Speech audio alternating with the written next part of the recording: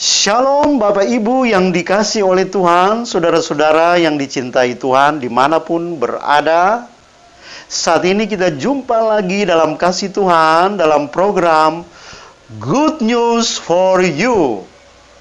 Saudara yang dikasihi Tuhan, ada beberapa berita yang akan saya sampaikan hari ini. Tapi yang terutama adalah berita yang membawa kedamaian, kekuatan dalam iman, yaitu firman Tuhan. Nah, firman Tuhan pada saat ini saya akan sampaikan dengan tema doa yang berkenan kepada Tuhan. Mari kita membaca firman Tuhan, Yohanes 15 ayat 7. Jikalau kamu tinggal di dalam aku, dan firman-Ku tinggal di dalam kamu, mintalah apa saja yang kamu kehendaki, dan kamu akan menerimanya. Saudara-saudara yang dikasihi oleh Tuhan,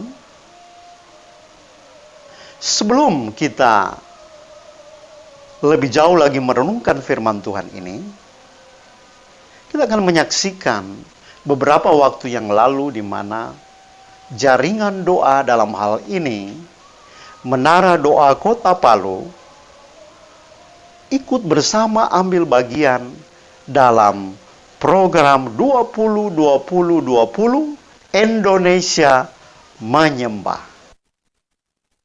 Puji Tuhan, kita saksikan video berikut ini.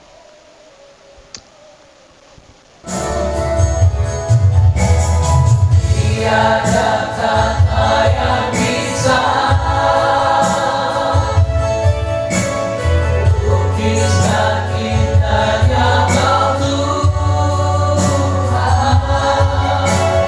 Bagiku segala pujian dan kemuliaan.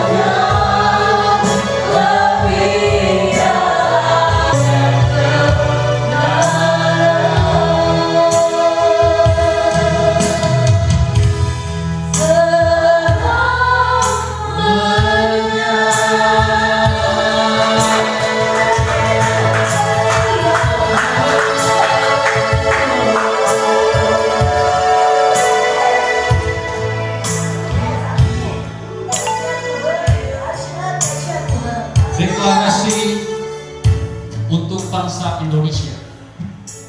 Bersyukurlah kepada Tuhan sebab Ia baik. Bahwasanya untuk selama-lamanya kasih setianya. Bersyukurlah kepada Allah segala Allah.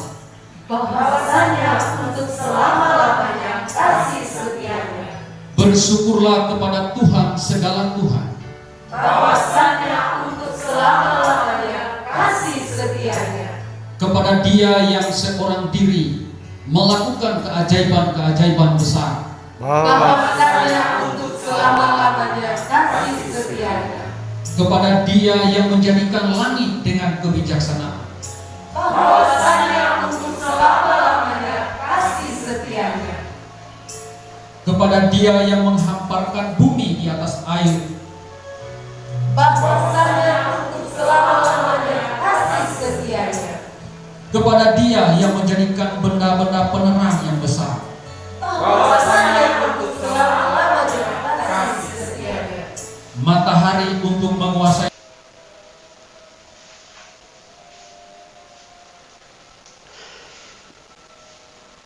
Saudara-saudara yang dikasihi oleh Tuhan, di seluruh Alkitab, terutama Perjanjian Baru, menyatakan bahwa Allah sedia dan sanggup mengabulkan permohonan kita. Matius 7 ayat 7 berkata, "Mintalah maka akan diberikan kepadamu, carilah maka kamu akan mendapat, ketoklah maka pintu akan dibukakan bagimu. Karena setiap orang yang meminta, menerima, dan setiap orang yang mencari, mendapat. Dan setiap orang yang mengetuk, baginya pintu dibukakan." Saudara-saudara yang dikasihi Tuhan, jadi kita melihat di sini bahwa sebenarnya kesediaan Allah untuk mengabulkan doa kita jauh lebih besar dari kesediaan kita untuk berdoa kepadanya. Jadi betapa Tuhan kita itu senang dan sangat ingin dan sangat bersedia menjawab doa-doa kita, saudara-saudara. Namun demikian, supaya doa kita terkabul atau dijawab oleh Bapa kita di surga, kita tentu harus memenuhi persyaratan yang tertulis dalam firman Tuhan.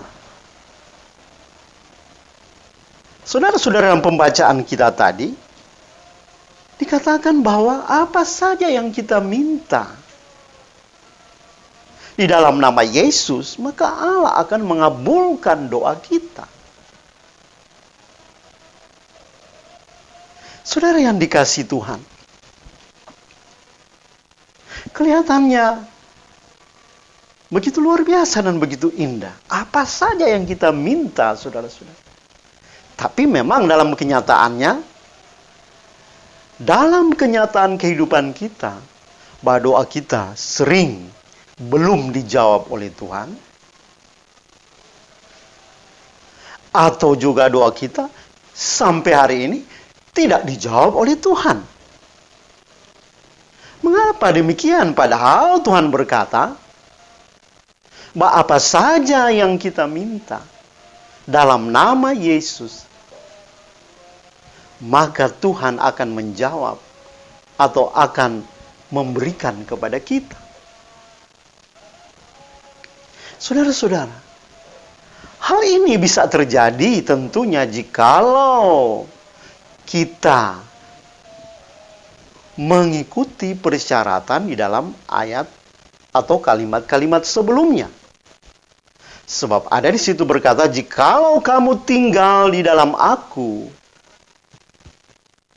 dan Aku tinggal, dan firman-Ku tinggal di dalam kamu, mintalah apa saja." Jadi dalam artian di sini bahwa untuk doa kita dijawab oleh Tuhan, maka kita harus tinggal di dalam Tuhan. Kita harus tinggal di dalam Dia dan firman-Nya ada di dalam kita. Inilah syaratnya, saudara-saudara. Di mana kita harus ada di dalam Tuhan setiap saat. Harus tinggal dalam Dia. Bukan cuma dari minggu ke minggu, tetapi dari menit ke menit, dari jam ke jam. Kita harus berada dalam Tuhan. Dan kita harus hidup di dalam firman Tuhan. Saudara-saudara yang dikasihi Tuhan. Jadi kita melihat di sini bahwa Tuhan sangat ingin menjawab doa-doa kita. Namun demikian, kita harus memenuhi persyaratan sesuai dengan apa yang tertulis dalam firman Tuhan.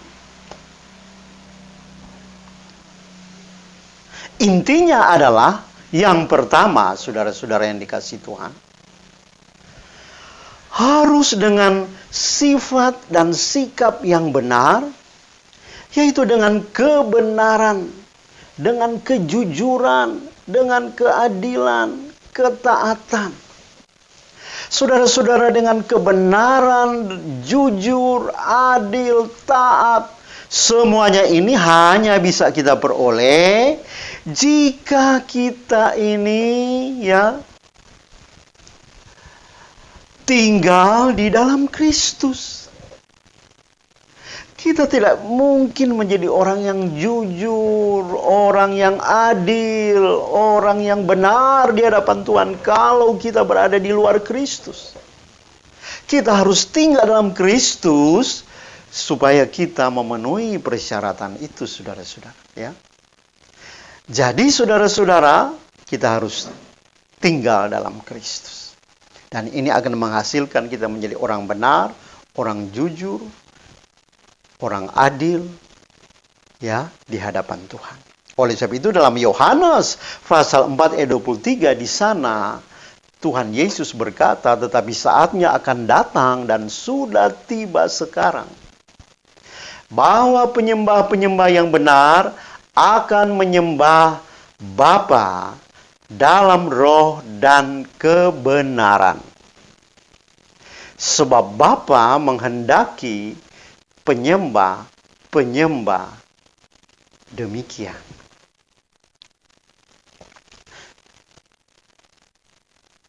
Ayat yang ke-24 berkata, Allah itu roh, dan barang siapa menyembah Dia harus menyembahnya dalam roh dan kebenaran.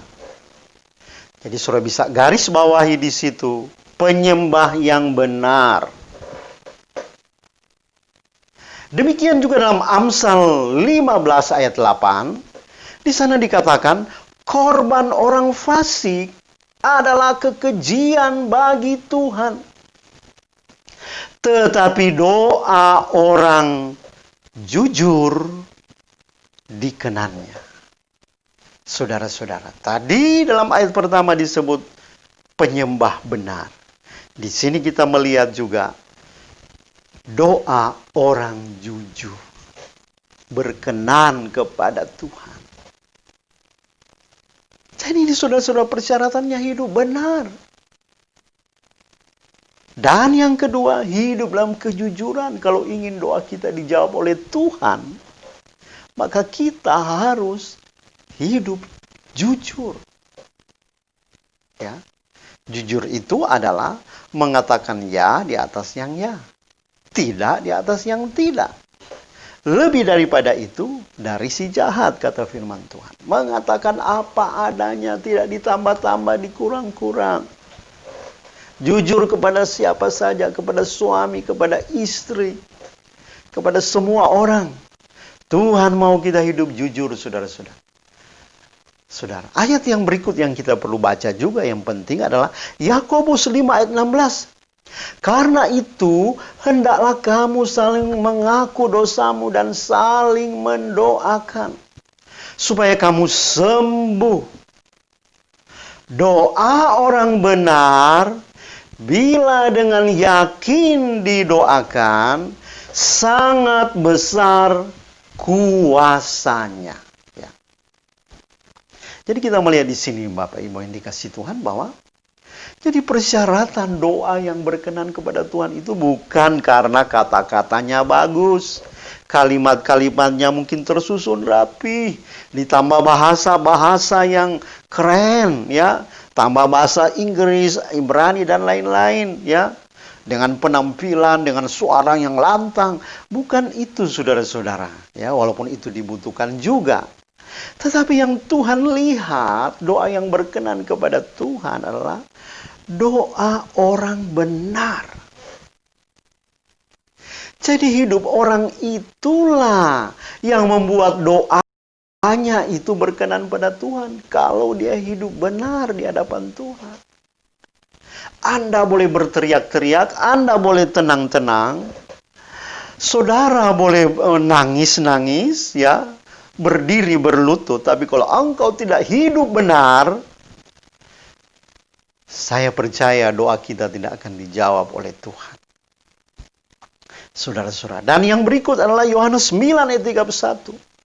Kita tahu bahwa Allah tidak mendengar orang-orang berdosa. Saudara-saudara, Allah tidak mendengar doa orang-orang berdosa. Kita harus hidup suci, kita harus hidup benar di hadapan Tuhan. Supaya Tuhan mendengar doa-doa kita. Tuhan tidak mendengar doa orang berdosa, melainkan orang-orang yang saleh dan yang melakukan kehendaknya. Orang saleh, ya. Orang baik, orang yang hidup benar. Orang yang suka beribadah, taat beribadah, ya. Taat kepada firman Tuhan, orang-orang saleh dan yang melakukan kehendaknya. Saudara-saudara, inilah syarat-syaratnya, saudara-saudara. Yang berikut masih ada ayat lagi kita baca, Yohanes 15 ayat 7, ya, seperti yang telah kita baca tadi. Sekali lagi, saudara-saudara, ini bisa terjadi jika kita tinggal dalam Kristus. Jadi kita bisa jadi orang benar, bisa jadi orang saleh, ya, orang jujur, orang yang adil di hadapan Tuhan, kudus di hadapan Tuhan. Ini hanya kita bisa munculkan, nyatakan dalam hidup kita apabila kita tinggal di dalam Kristus. Saudara-saudara yang dikasihi Tuhan, ya. Sebelum saya lanjutkan poin yang berikut, bagaimana persyaratan doa kita sehingga berkenan kepada Tuhan dan kita yakin dijawab oleh Tuhan. Mari kita melihat berita yang berikut, ya. Saudara-saudara, pada waktu yang lalu dari jaringan doa sekota, khususnya kategorial Menara Doa Kota, Tuhan gerakkan untuk berdoa keliling. Dan ketika kami doa keliling untuk memberkati kota, kami pergi ke suatu tempat yang namanya Hutan Taman Rakyat. Hutan Taman Rakyat. Saudara-saudara, dan dari tempat itu kami memuji dan menyembah Tuhan, berdoa kepada Dia, dan memberkati kota ini.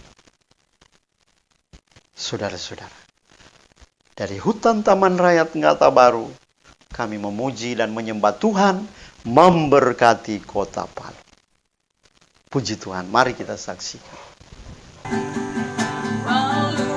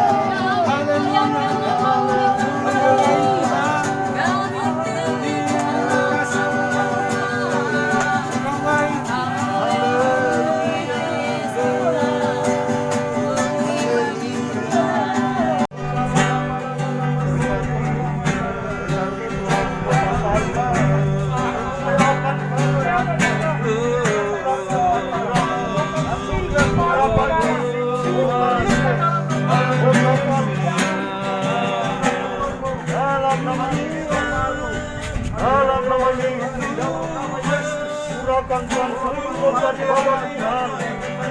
Oh, kau pengenalan kepada Yesus Tuhan. Kurang Tuhan seluruh perbuatan. Banyak orang lutut mengaku Yesus dan menyembah. Haleluya. Haleluya.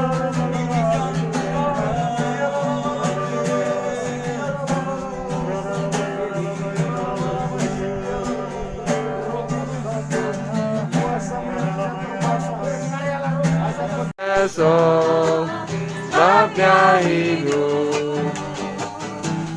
Tak gentar karena ku tahu Dia pegang hari esok. Hidup jadi berarti Dia hidup. MDK Kota Palu. Yesus namanya menyembuhkan, menyucikan, bahkan mati, tebus dosaku, kubur kosong membuktikan Dia hidup. Sebab Dia hidup, ada hari esok, mau Dia hidup. Ku tak gentar, karena ku tahu Dia pegang hari esok. Hidup jadi berarti Yesus hidup menang. Semua orang harus tahu. Semua orang harus tahu. Semua orang harus tahu. Siapa Yesus. Sekali lagi semua orang. Semua orang Saudara-saudara yang dikasihi oleh Tuhan, Kota Palu harus tahu. demikianlah good news for you pada saat ini. Kiranya memberkati kita semuanya dan membawa saudara semakin hari semakin mencintai Tuhan. Tuhan Yesus memberkati. Shalom.